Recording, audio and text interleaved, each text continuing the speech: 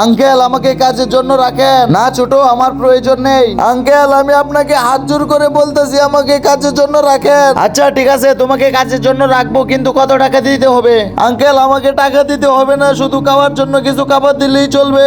আচ্ছা ঠিক আছে, গিয়ে কাজ শুরু করো।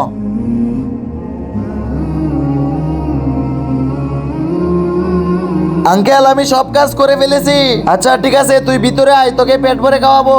আঙ্কেল আমি খাবার খাবো না, আমাকে এই খাবারটা প্যাক করে দিয়ে দেন। প্যাক করে? কিন্তু প্যাক করে কেন? বন্ধুরা, একটা ইসলামিক ভিডিও তো সকলেই দেখি, কিন্তু কয়জনই এই ইসলামিক ভিডিওতে লাইক সাবস্ক্রাইব করে? আর আজকে এটাই দেখবো, আজকের এই ইসলামিক ভিডিওতে কয়জনে লাইক সাবস্ক্রাইব করে। আঙ্কেল আমার মা হাসপাতালে ভর্তি আছে, আর ডক্টর বলেছে তাকে সবসময় খাওয়ানোর জন্য, যাতে করে কোনো সময় খালি পেটে না থাকে। আর এই কারণে আমি সব জায়গায় কাজ করে খাবার নেই। আচ্ছা বাবা, তুমি চিন্তা কইরো না, আমি তোমাকে খাবার দিতেছি।